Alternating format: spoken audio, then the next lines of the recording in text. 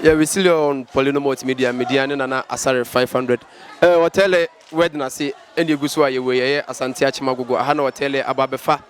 Ababa was so no be Wahanum Sena. Bra Peniba, who's a Pimo wedding, Nasia, and Babation Como. Winning the Dada, and Yenimono, winning the Dada, and granted I didn't grow a Adanko, our mention, and Babation Como. Bra, good afternoon. Afternoon. Among for who was screens watching and they have to watch over Hanum say a BP was anti Chimago. Hotel a wedding under the BP Hanase movie. Hotel I from the Mabipia. Hotel are you from the Mabipia? One hotel is I'm basing. Hotel dear, Menin San Yen Chain. By Muhuni say, may I mean to program banner whom was here. But we will be a Boadier or Brandon was say, Penipo Donipa. Say Ubu Crampona say BBC ya. Otwa na obi o invitation kwa no atwa ma no WhatsApp social media my friend but wanya sa oba nan ba me na se ni medi nkomo se obra me didwumadi BBC enti se nipa nso di bu se mawa na kire se wo so wo kire do kire no enu tin ma e bo anan bae ono hotel san yenche na America crowd hu hotel yi apart from the ori ni on for ba fufuru bi anche Debbie we kura no oba odi first time me hu oba hotel hu ni enso me hu na nso na ne yira wo ware no Mpempi no ana man for rush into marriage. E wo mse wonu hotel nsan be san yenche de but America crowd ni say onyini so hotel apre no ho na aware me hu se onpre no ho de ntem hu se onpre no se aware o ware ntem eye wan ware ntem so eye de ntem make us say do ba bia adwuma we ni na face a lot of challenges enten so o settle down na unya waso no dia na se o na wani nhwe wachi biem a I think say eje e ba ma wani monyam a wo pe no won saka e ma wonya basabasa nso timu se won pray no is good Adanko ware e ba cho me ware e wo mse unya nware ye de ba ma mbisa wo question we say sesi a hotel aware any movie no unyini se e de wantwi kakra beba acting no ene na ware se mu me hu se emfa wantwi bia ma de ntem make sa ne se so me ka cho se bia me ware but me ka se bia me date da na me boa the reason because of say do ba bi ni mu se nyama nya ne te adwuma na se and before so ba ware obi no so hu make sure what te adwuma na wo yan se e nipa ho adwuma obetima hwi obi se do obesi approach wo no enko obetima approach abaka se na yire na na sabi obi bi no se na ente sa e hu wa hu mfonyin so a wo de pe wa asem ntia so obesi so mse yintwa mfonyin wo no obedi agro no enti wanya ya de wo so ba akro na wo ware no wote sa na manya se mewura adwuma na wo ye no o ye di mani person se mfonya wo ye no wo na se senya wo ye no nipa na eto nipa na ehwe nipa na na damfo nipa ni honum a woni honum te wo to ba akwa na wo be kan ho no wo add value to life what this bibi kan abra bonche so me so say dem wura si do nipa no me so me pe nipa asam me te manima ma nipa na wate wase sanya sa ene nansa bia bebo mo nsam apesi o radio so saa because on te wase to odini say bia nipa bia wo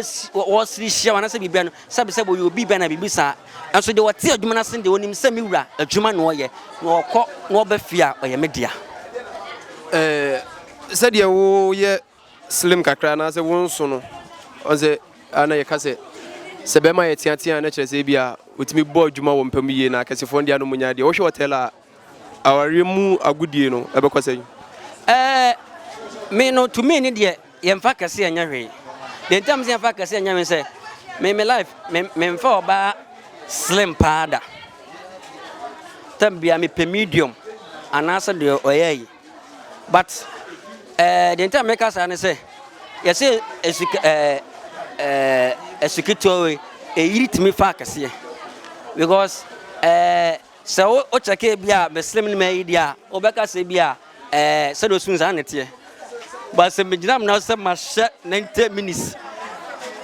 wa re extra time krampo ko to dwembabu enti me underestimate no e gina wuni pa no so how abesi aden adi wa agro because ni pa kase se no what akom Adam and Eve obebre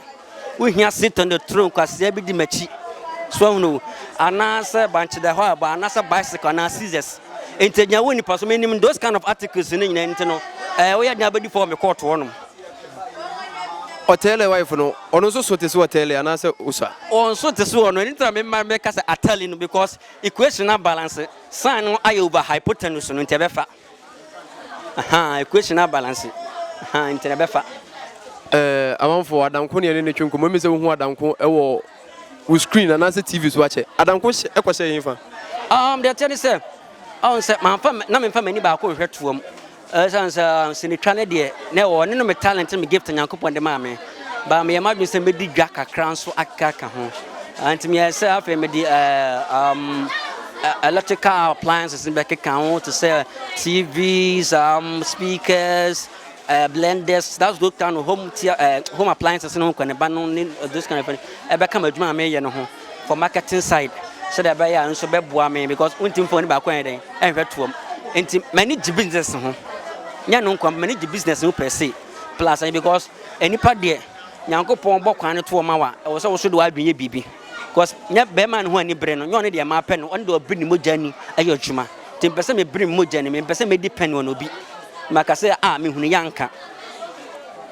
na je say sininu wunya itwa na emom ugya kokoye business there be sinimi nya atwa me a member of 5 pack from Producer Association of Ghana me started producing 2010 me a producer and actor me nya sinitwa na me tim so nya atwa because adoma chede nyankopon de ma na afi kwa na me be kanya wo because me ni me say me fans afi me because now me ne kwade gitwa short video me hu so ma afi ma say na me ho ate because this time no me ni ninja credit see but that I like it swore and me try TV series that was my first TV series internet me maybe and after that my song is coming out internet my blending me who me back up into me fans one from you shouldn't worry I'm come like that Shatawle Beka say kakai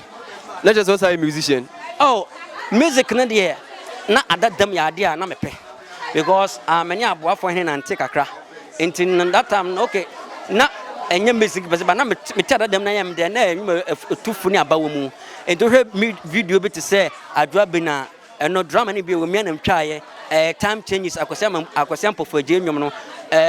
ayiko dom oba tenwo that is obobaji adofo akwasem pofoje BB Collins that is sheba for any asebo amfi entin adadam ya de bia mepe but edu bia na niam adan kakra ente du season na se musa niam adan afi de mrantie ni de meba na se de abaso na enkonkon ano ana ma de se make samensa enti me wo songs bu anu atwetwe gu na meka say ya adadam but I said me dan me nsa abade ekoso na se de trend we system right now nam dem me team fans enti they should watch out for short videos funny videos like they know me teacher Adanko for brofo aspect ne de omon pamfin for movies for TV series and my song War Night ahwefo mo hwe yen mo fe teacher Adanko ena na nugu so awoka no o se onja itwa na emom odane ne ho kakra ekokoye business kakra no wasa atwetwetwetwe nyum kakra Adanko what is a man focus kodjon cancer na be you free system nim maybe but it's never true and it can never be possible my lifetime and to some misabegum buse my kase oh I'm gone forever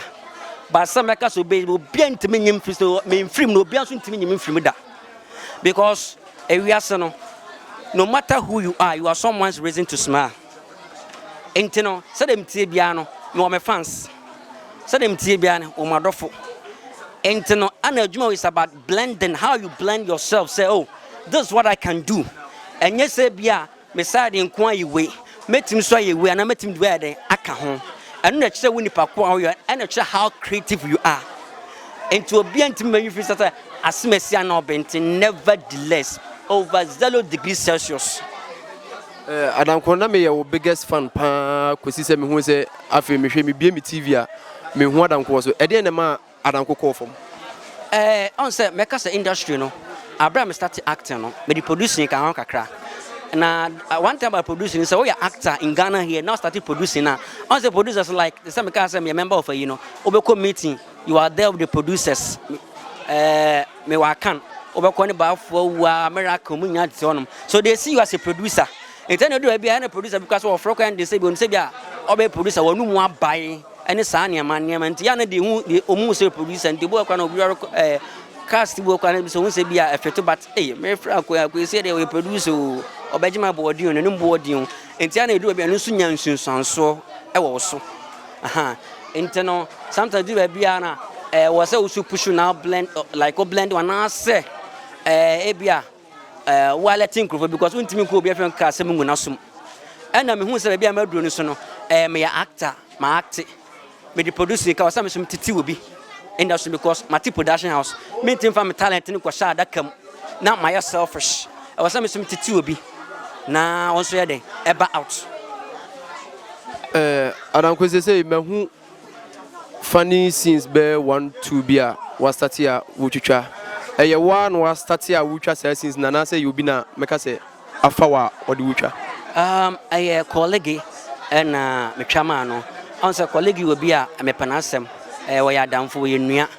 Obey colleague in our crown. Obusan obekachi the root no na and na me sopa because not oye production manager. But my name so suddenly see brand once no ye no. Me we saw what talent we no. Ne do e na push na de me nipa bi am lifetime me selfish. Me selfish ne nipa nyaye. Because was some characters be way back kana me artist no. Se me dem hotel room na hunu se so. To bi kwa bana mu so da bontem so bedam dem because my dad bonte pre my brother pen. Enti ade am afam no. Edu be kana me kwaje aduane a yetimi eden epam me. Enti bra ma bre me pese me nua bi so de be fam bi. Enti edu be no so na mpa me transam ye me pushi no so no F5 and edu be so me pushi ma Batman so no se 5 and na nyam no so we colleague enti no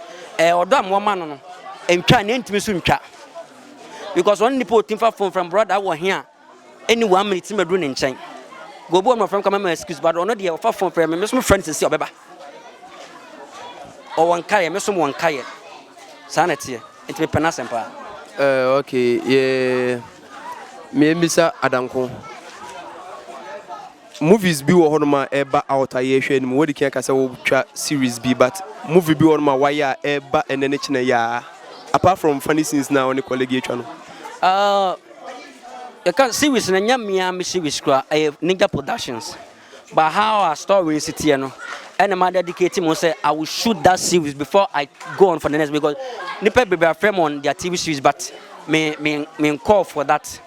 but how I will storyline is be as tell me who say me fans say ya film no that is idea what say me dey me fans me na fe me dey to aso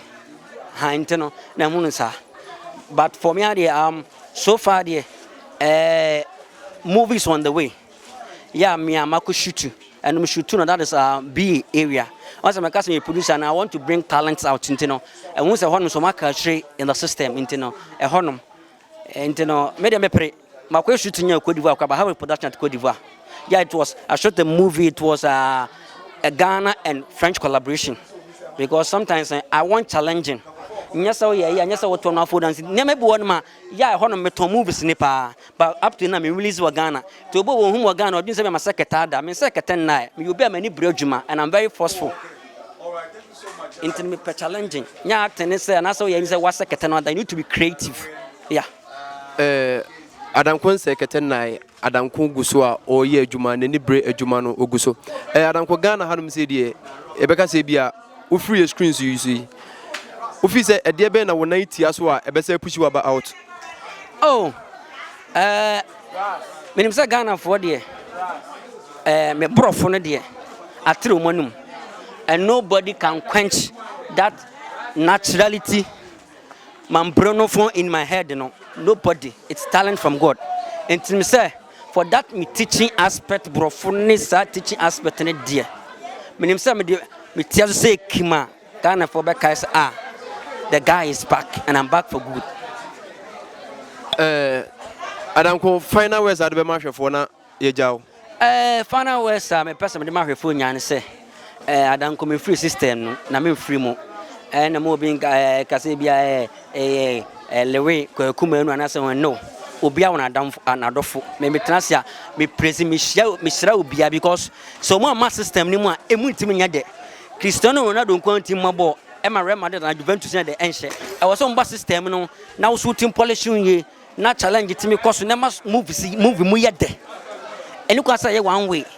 because kwa yada nkonkon enye de na kwa yasemasi nkon enye de enti wo say eye open to obia enti no so dum so Adanko no nye into one aye like movie production acting so say I start to mission how to write a story and our stories enti no and na mesansu diga enti no so when you acting ho just contact me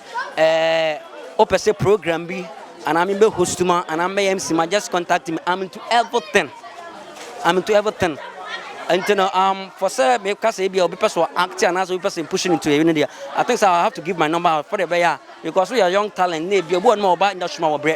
but many my life this I mean who say nipa no good no ni prof na me feel say me permit me aboa na dia anya di ma me pushing because me fam talent ni ko sha da kam me nya selfish say ubo no ya artist and no be ba ni nche kra na oh ko now person that be no agya da kam no atwa 7 it won't bring you anything at the end of it all